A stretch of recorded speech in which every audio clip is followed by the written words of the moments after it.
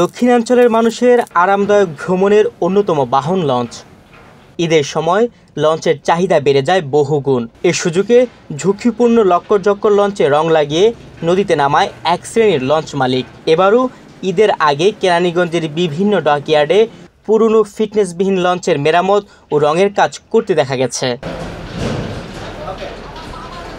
বুড়িগঙ্গা নদীর তীরে কেরানীগঞ্জের তেলঘাট থেকে মিরেরবাগ পর্যন্ত বিভিন্ন ডকইয়ার্ড ঘুরে দেখা গেছে ঈদ উপলক্ষে ফিটনেসবিহীন লঞ্চের মেরামত কাজ করছে শ্রমিকরা। পুরনো লঞ্চ মেরামতে তারা ব্যস্ত সময় পার করছে। তাদের মধ্যে কেউ লঞ্চ ঝালাই করছে, আবার কেউ রং দিয়ে সংস্কার করছেন। কয়েকজন শ্রমিক লঞ্চের প্লেটের যেসব জায়গায় মরিচা ধরেছে সেগুলো ঝালাই করছেন। মূলত ঈদকে কেন্দ্র করে লঞ্চ প্রস্তুতের কাজ চলছে বলে জানিয়েছেন সংশ্লিষ্টরা।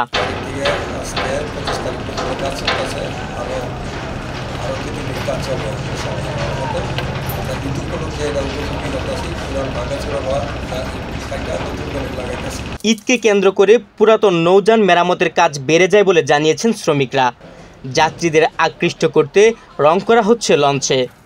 ঈদের আগ মুহূর্তে প্রতিটি ডকইয়ার্ডে হরদম চলে পুরনো লঞ্চ মেরামত ও রঙের কাজ। এটা মনে করেন আমরা বহুত ধরনের কাজ করি, ঝালি অথবা ফিটিং করি, বহুত ধরনের কাজ। আর এই ডকের ভিতরে বহুত ধরনের মানুষজন আমরা কাজ করি, ঠিক আছে।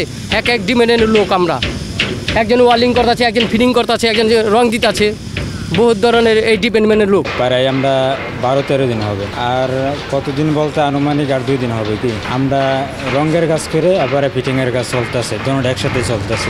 প্রতি বছর ঈদের আগে কেরানীগঞ্জের ডকইয়ার্ডগুলোতে ঘাটে বসে থাকা ফিটনেসবিহীন ও পুরনো লঞ্চ এনে রং ও সংস্কার করেন মালিকরা। তুহিন ভুইয়া, বাংলাদেশ প্রতিদিন।